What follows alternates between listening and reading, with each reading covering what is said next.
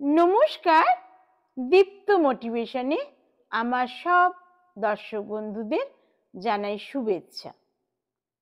আজকে আরেকটি অনুপ্রেরণামূলক গল্প নিয়ে শেয়ার করতে চলে এলাম আপনাদের সাথে।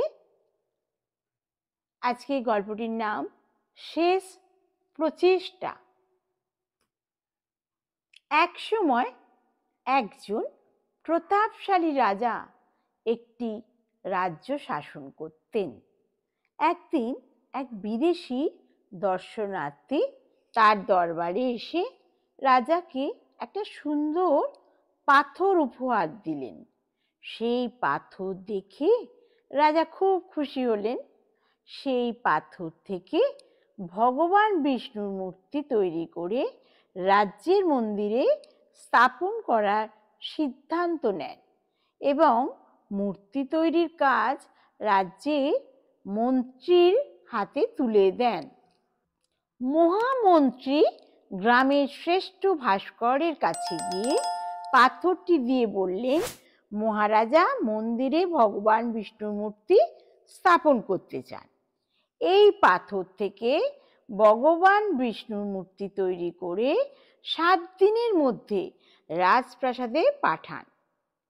এর জন্য আপনাকে 50টি স্বর্ণ মুদ্রা দেয়া হবে।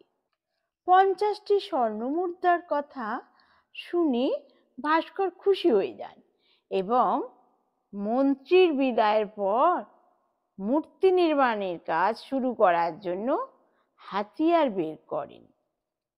সে তার হাতিয়ারের মধ্যে থেকে একটি হাতুড়ি নিয়ে পাথর মারতে লাগল ভাঙার জন্য, কিন্তু পাথর যেমন ছিল তেমনই রয়ে গেল। ভাস্কর হাতুড়ি দিয়ে পাথরে কয়েকবার আঘাত করলেও পাথর ভাঙল না।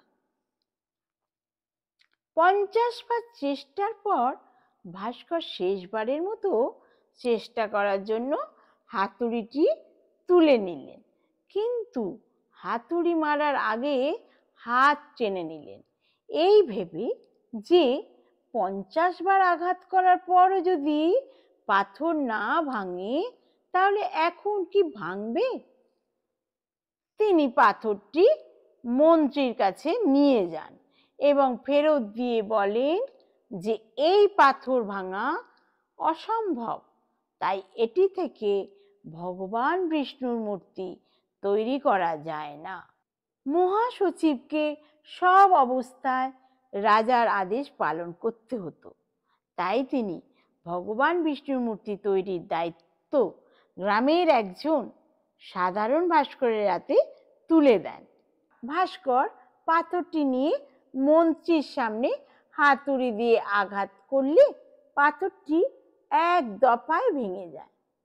পাথর ভাঙার পর মূর্তি তৈরি শুরু করেন ভাস্কর।